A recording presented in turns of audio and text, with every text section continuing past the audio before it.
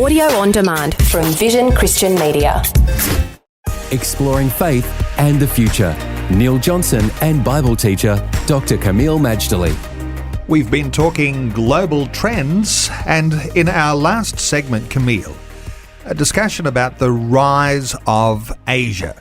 Let's take that a step deeper and talk about the rise of the Asian church. Neil, it's a rather thrilling thing when you consider what the Lord has been doing in Asia over the last years. I spent a fair bit of time here on Faith in the Future talking about Europe. Europe as the mother continent, the birthplace of Western civilization, the center of Christianity, and even of Christian mission. All these things are true, all these things are good, but as we know, Europe is struggling with lukewarmness, backsliding, needs a revival, needs a reformation. But interesting, in Asia, along with the economic growth, has also been the spread of the Christian faith. There are some stunning examples. For example, Korea. When the Korean War ended in 1953, I think the Christian church in that country was very small. Today, it's anywhere from 1/3 to 40%. And we're talking about just in a little over 60 years. That is phenomenal growth. I mean, there are some of the largest churches in the world are found in Korea. When it comes to China, there's something else. Because of different factors, including persecution, which caused a home church movement, and the smuggling and distribution of the Bible, the Chinese church has had amazing growth. Again, probably supernatural. The late Arthur Wallis wrote a classic book on this called The China Miracle. And I do recommend that book for anyone who wants to understand the birth and growth of the church in China. In addition, one of the most staggering things is you will never guess which country in the world has the fastest growing national church. No, it's not Korea, it's not China, it is in Asia. You'll never guess it, but it's the Islamic Republic of Iran.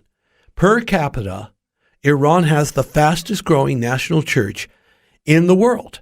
And I haven't even begun to talk about mission movements coming out of Asia. Kameel, as we anticipate the continued growth of the churches in Asia, what sort of effect do you think that will have on us in our Australian context, in the Western context, throughout the rest of this 21st century? Well, the Asian church can help us here in Australia and vice versa. The Asian church, with their spirit of revival, their zeal for the word and evangelism and mission, all that can be a great encouragement or stimulus for us to do likewise. At the same time, I've discovered, because I've taken groups from Australia on mission trips and Holy Land trips and other things, and we can play a very positive role. We have the energy, we have the work ethic. When we're in the Spirit and we're acting as Christians, we're very, very good.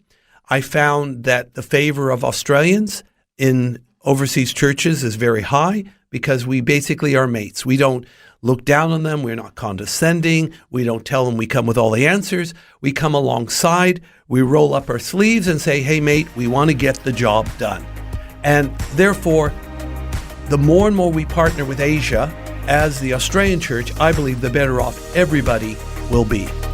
Faith and the Future with Neil Johnson and Dr. Kameel Majdali from Teach All Nations. Find articles, videos and podcasts from Dr. Kameel, plus today's and other episodes of Faith in the Future in the Vision app or at vision.org.au. Thanks for taking time to listen to this audio on demand from Vision Christian Media. To find out more about us, go to vision.org.au.